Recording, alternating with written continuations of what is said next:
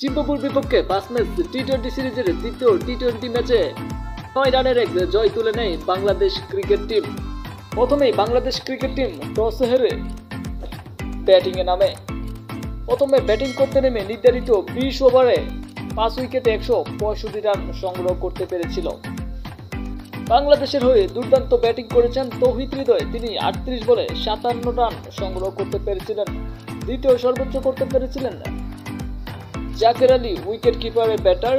তিনি 34 বলে 44 রান সংগ্রহ করেন এবং তানজিদ হাসান তামিম তিনি 22 বলে 21 রান সংগ্রহ করতে পেরেছিলেন। জিম্বাবুর হয়ে দুর্দান্ত বোলিং করেছেন মুজারা বানি। তিনি 4 ওভারে 14 রান দিয়ে 3টা উইকেট সংগ্রহ করে ফারাজ আকরাম এবং সিকান্দার রাজা ক্যাপ্টেন, তারা একটা করে উইকেট সংগ্রহ করে।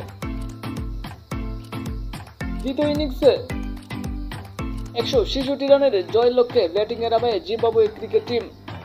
জিম্বাবুর হয়ে সর্বোচ্চ রান করতে পেরেছিলেন ফারাজ আকরাম। তিনি 19 বলে 34 রান এবং দ্বিতীয় সর্বোচ্চ রান করতে পেরেছিলেন তাদিও নাসে মারোমাইন। তিনি 26 বলে 31 রান সংগ্রহ করতে পেরেছিলেন এবং নির্ধারিত 20 ওভারে 9 উইকেট হারিয়ে 156 রান সংগ্রহ করে জিম্বাবুয়ে ক্রিকেট টিম এবং 9 রানের এক জয় তুলে নেয় বাংলাদেশ ক্রিকেট টিম। 5 ম্যাচ টি-20 সিরিজের প্রথম 3টি টি-20 ম্যাচই ইতিমধ্যে জয় করে নিয়েছে বাংলাদেশ ক্রিকেট টিম। ম্যাচের প্লে অফ দ্য ম্যাচ হয়েছেন তৌহিদ হৃদয়। তো বাংলাদেশ ক্রিকেটের যে কোনো আপডেট পেতে অবশ্যই চ্যানেলটি সাবস্ক্রাইব করে রাখুন।